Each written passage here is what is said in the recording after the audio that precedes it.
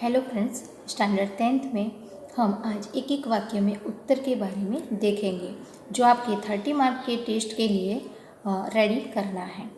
First है, बिस्मिल की माँ ने क्या पढ़ना शुरू किया। तो यहाँ शॉर्ट में आंसर दिए गए हैं। अगर मैं एक एक वाक्य में प्रश्न के उत्तर पूछ रही हूँ तो आपको पूरे वाक्य में यानी कि फुल सेंटेंस में आंसर लिखना पड़ेगा। जैसे बिस्मिल की माँ ने क्या पढ़ना शुरू किया, तो बिस्मिल की माँ ने देवनागरी लिपि पढ़ना शुरू किया। सेकंड, बिस्मिल अनेक जन्मों में भी किसके ऋण नहीं होंगे, यानी बिस्मिल की माँ बिस्मिल से इतना प्रेम करती थी, उसके सिर पर इतना सारा ऋण था कि उसका ऋण बिस्मिल अपनी माँ को कभी नहीं चुका सकता। तो माँ से अर्थात पूरे सेंटेंस में लिखना है तो बिस्मिल अनेक जन्मों में भी अपनी माँ का ऋण नहीं होंगे, यानी कि ऋण नहीं चुका पाएंगे। ऋण मतलब कि उनसे कोई शिकायत ही नहीं होगी। तीसरा, माँ के उपदेश बिस्मिल के लिए क्या थे, तो माँ के उपदेश बिस्मिल के लिए देववाणी थे। क्यों देववाणी? कि देवों द्वारा की गई वाणी। जैसे आप संस्कृत में ये सारी भाषा को जानते हैं कि देववाणी किसे कहते हैं। और शुरू के समय में पुराने ज़माने में हिस्ट्री में देखा जाए तो देव द्वारा की गई वाणी को देववाणी कहा जाता था। तो बिस्मिल के लिए माँ के उपदेश देववाणी के समान थे, यानी कि हर एक शब्दशः बात को वो मानते थे और उपदेश मानकर वो अपने जीवन में उतारते थे। फोर्थ, धर्म की रक्षा करते हुए किसने प्राण त्यागे, तो धर्म की रक्षा करते हुए गुरु ने प्राण त्यागे थे। फिफ्थ, वकील साहब ने बिस्मिल को किसके नाम के दस्तखत करने को कहा, तो आंसर है कि वकील साहब ने बिस्मिल को किसके नाम से दस्तखत करने को कहा, तो पिताजी के दस्तखत करने को कहा। फोर्थ में आप गुरु और गुरु के साथ नाम को भी लिखेंगे कि गोविंद सिंह के पुत्रों ने, गुरु गोविंद सिंह के पुत्र ने धर्म की रक्षा करते हुए प्राण त्यागे थे। और फिफ्थ में पिताजी कि वकील साहब ने बिस्मिल को पिताजी के नाम के दस्तखत करने को कहा। इस प्रकार आप आगे देखें तो उसमें वाक्यांश भी पूर्ण करने आते हैं, क्योंकि आप एग्ज़ाम में थोड़ी गलती कर गए हैं कि आपको अ ब क ऑप्शन मिला है एमसीक्यू की तरह।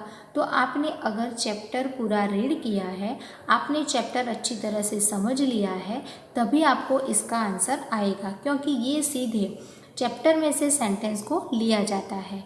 तो यहाँ इस प्रकार अधूरे वाक्य को पूर्ण आपको करना है, जिसमें अ ब क ऑप्शन के द्वारा आप आंसर लिख सकते हैं। फर्स्ट है, राम प्रसाद बिस्मिल ने वकालतनामे पर पिताजी के हस्ताक्षर नहीं किए, क्योंकि आंसर में है अ, उससे उन्हें कोई लाभ नहीं था, ब, उसकी दृष्टि से वह धर्म विरुद्ध था, और क, उन्हें सेवा समिति में जाने की जल्दी थी। तो आंसर आएगा उनकी दृष्टि से वह धर्म विरुद्ध था।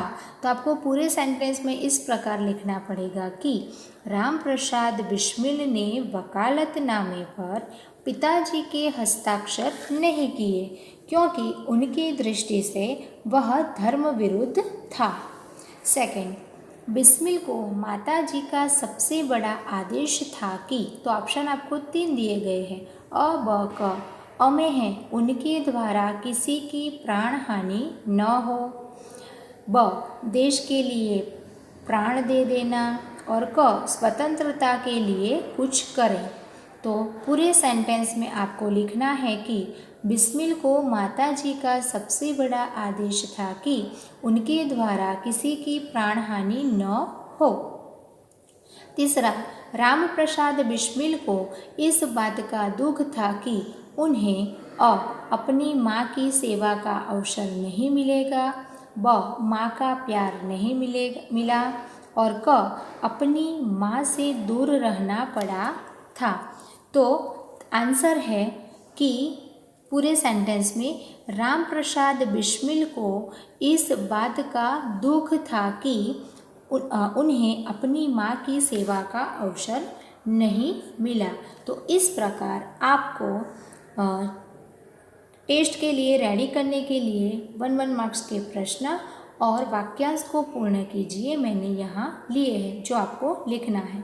जब आप एग्ज़ाम में लिखते हैं तो इस प्रकार पूरे सेंटेंस में लिखेंगे, या तो फिर अ ब क जो लिख देते हैं उसमें आप पूरी लाइन नहीं लिखते कि अ का आंसर क्या था, ब का क्या था और क का क्या था। तो इस प्रकार आपको प्रश्न में पूछे गए जो पूरे सेंटेंस को लिखना है और फिर डॉट डॉट डॉट डॉट करके अ ब क में से किसी एक आंसर को चुनना है जो सही है और उसमें लिखकर हाईलाइट करना है।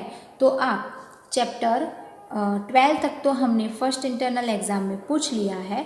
आगे जो टेस्ट लिया जाएगा अगले टेस्ट 30 मार्क्स का, उस 30 मार्क्स के टेस्ट में 13 और 14 पूछा जाएगा, उसमें से आपको रेडी करना है जो आप इस वीडियो को देखकर अपनी नोटबुक में लिख लीजिए और इसको रेडी कर लीजिए। Okay, thank you.